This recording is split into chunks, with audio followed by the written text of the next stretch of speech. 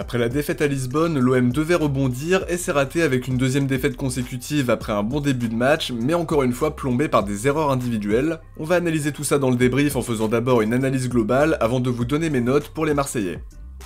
D'ailleurs, dites-moi ce que vous pensez de la performance des Olympiens hier soir. Qu'est-ce qui a manqué pour aller chercher la victoire? Dites-moi ce qui vous a plu, ce qui vous a moins plu, qui sont vos tops et vos flops, puis quelle note vous donnez aux Olympiens. J'attends vos avis dans les commentaires de la vidéo.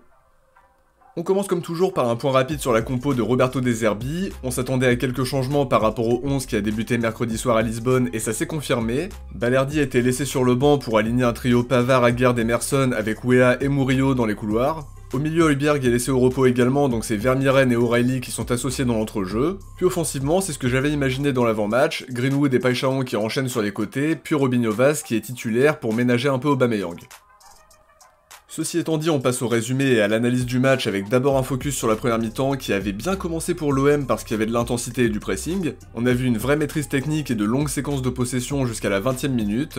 On a d'ailleurs été récompensé par l'ouverture du score sur une belle projection de Weah qui repique dans l'axe pour trouver Greenwood qui marque d'une frappe imparable en première intention. Le problème c'est qu'on a plus ou moins perdu cette maîtrise à partir du penalty lensois, une situation qui fera pas polémique parce que le contact est bien réel. Pavard touche la jambe d'Edouard après avoir perdu son duel et même si Frappard l'avait pas vu à vitesse réelle, le penalty était incontestable et clairement Pavard doit faire beaucoup mieux sur cette situation.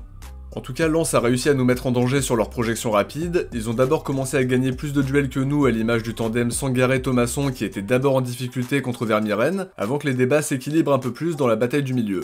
Ils ont eu des occasions comme la frappe de Thauvin qui passe à côté et la frappe de Sangaré qui est bien arrêtée par Rouli. J'ai eu peur sur plusieurs de leurs situations offensives et c'est vrai que l'OM a eu beaucoup plus de mal dans le dernier tiers du terrain. Robinho Vaz était en difficulté dans ses duels offensifs, Paixão avait tendance à jouer systématiquement la solution individuelle tout en sachant que Weah était assez approximatif sur ses contrôles aussi. Ce qui nous a aussi un peu frustré, c'est quand Frappard a sifflé la mi-temps alors qu'on avait une situation de 2 contre 1 après une relance parfaite de Rouli. On va pas trop s'attarder là-dessus parce que les 2 minutes étaient dépassées, mais c'était quand même une occasion en or qu'on n'a pas pu mener à bien.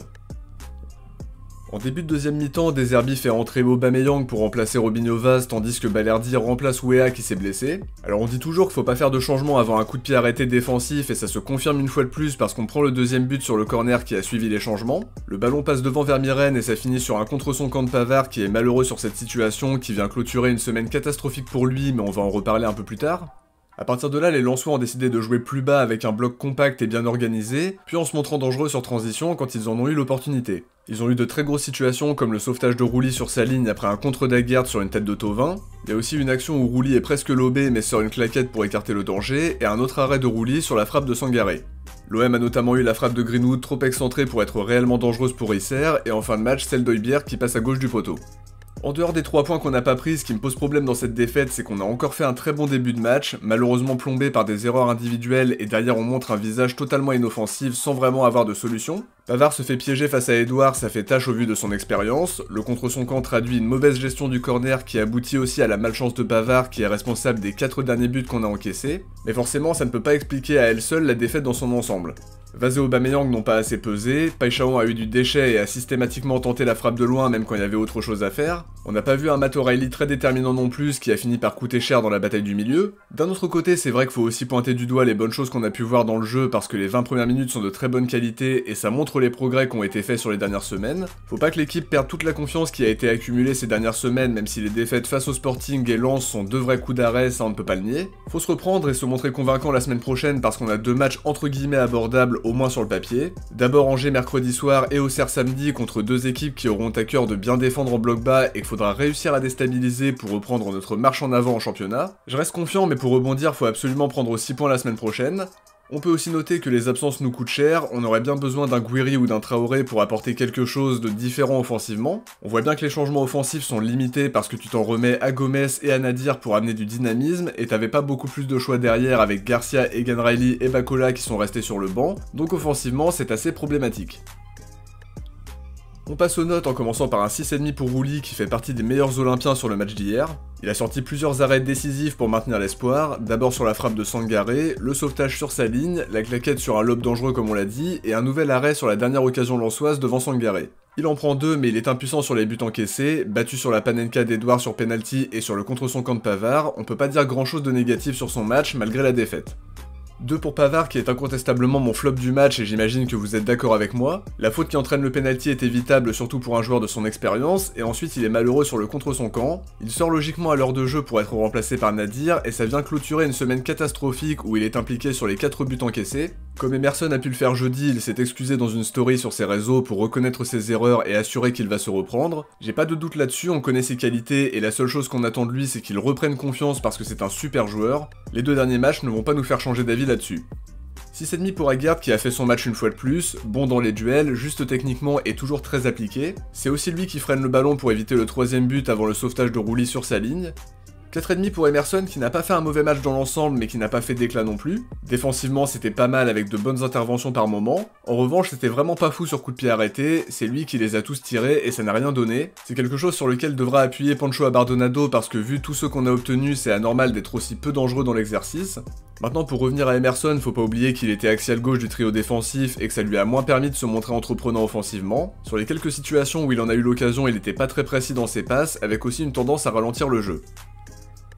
4 pour Murillo qui était aligné dans un rôle de piston gauche qui n'est pas le poste idéal pour mettre en avant ses qualités. Il y a eu quelques bonnes inspirations mais trop peu pour que ce soit un match réussi. C'était plus compliqué de percuter et de se montrer impactant devant donc je reste persuadé que c'est un joueur que tu dois aligner à droite pour qu'il soit dans les meilleures conditions.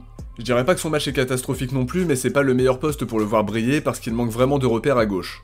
5 pour Weah à qui je donne la moyenne grâce à sa passe D pour Greenwood mais que j'ai trouvé globalement décevant dans son couloir droit. On a vu beaucoup de déchets techniques, des contrôles ratés qui lui font perdre le petit temps d'avance qui est si important. Il a pas apporté suffisamment de percussion, pas assez attaqué à la profondeur. En revanche j'espère que sa blessure n'est pas grave parce qu'un absent supplémentaire ce serait un nouveau coup dur. 6,5 pour Arthur Vermieren qui a vraiment fait une bonne première mi-temps en étant toujours disponible, très mobile, très bon à la récupération et juste dans ce qu'il a tenté. C'était plus timide en deuxième à l'image de l'équipe, il a pris un peu moins d'initiative pour faire progresser le jeu, mais globalement je trouve qu'il fait partie des meilleurs Marseillais hier soir et confirme match après match qu'il mérite un temps de jeu plus important. 3 pour Matt O'Reilly qui n'a pas fait un grand match, je pense qu'on sera tous d'accord là-dessus. Pas vraiment d'impact défensif comme offensif. J'ai trouvé plutôt invisible et j'aurais même voulu qu'Højbjerg rentre plus tôt. 6,5 pour Greenwood qui a encore une fois su se montrer décisif avec une belle frappe en première intention pour le 1-0. On l'a un peu moins vu par la suite et ses coéquipiers n'y sont pas étrangers parce qu'il manquait un peu de soutien en globalité. Il reste le joueur le plus impactant dans l'animation, alors oui tout n'était pas parfait sur 90 minutes mais il est décisif une fois de plus. 4 pour Paixão qui a été très actif et qui a tenté d'apporter par sa percussion et sa capacité à accélérer. Seulement il a perdu plus d'une quinzaine de ballons et a surtout tenté la solution individuelle en frappant presque systématiquement. Alors oui on est content de le voir tenter mais il y a parfois d'autres choix à faire qui seraient plus adaptés. 3 pour Robinho Vaz qui a vécu un calvaire face aux défenseurs lensois et notamment Baidoo qui l'a très bien tenu. Il a beaucoup proposé mais c'était compliqué sur le plan physique, il a pas réussi à influencer le jeu offensif et a logiquement été remplacé par Aubameyang au début de la deuxième. Ce qui est positif quand même c'est de voir qu'il s'est constamment battu et qu'il n'a pas relâché ses efforts, c'est typiquement le genre de match qui aide beaucoup dans l'apprentissage, ça va l'aider à progresser de se confronter à des défenses solides et sérieuses comme celle de Lens. Maintenant sur le banc, je vais pas noter Højbjerg et Gomez qui sont entrés pour une quinzaine de minutes. En revanche, je donne un 4 à Bilal Nadir qui n'a pas fait une bonne entrée selon moi, pas très inspiré, pas très précis dans ce qu'il a tenté, notamment sur ses contrôles. 5 pour Balerdi qui a fait une entrée sans éclat, pas spécialement fautif défensivement mais sans rien montrer d'éclatant non plus. Et je terminerai avec un 4 pour Aubameyang qui n'a pas vraiment réussi à peser et qui n'a pas été bien servi non plus. On peut quand même parler de sa bonne frappe qui a obligé Risser à s'employer, mais pour le reste on l'a pas énormément vu et c'est dommage parce qu'il a beaucoup proposé. Avant de se quitter, on va découvrir qui a vu juste parmi vous dans l'avant-match. Bien joué à Perfect Bet et à Kylian Aubry qui ont trouvé le 2-1 pour Lens, score exact. Merci à tous d'avoir été aussi nombreux à jouer le jeu comme d'habitude, et n'oubliez pas de voter pour votre Marseillais du match dans l'onglet Communauté, on découvrira le podium du sondage dans le prochain débrief. De mon côté, j'arrive à la fin de ce débrief, j'espère que ça vous aura plu et si c'est le cas, n'oubliez pas de laisser un like pour le soutien et pour le référencement. Je vous invite aussi à vous abonner en activant la cloche des notifs pour ne rien louper des prochaines vidéos. Si vous avez regardé la vidéo jusqu'au bout, écrivez Rouli dans les commentaires. De mon côté, je vous dis à très vite pour une prochaine vidéo. Je vous souhaite une bonne fin de dimanche et un bon début de semaine. Ciao, portez-vous bien et surtout allez l'OM.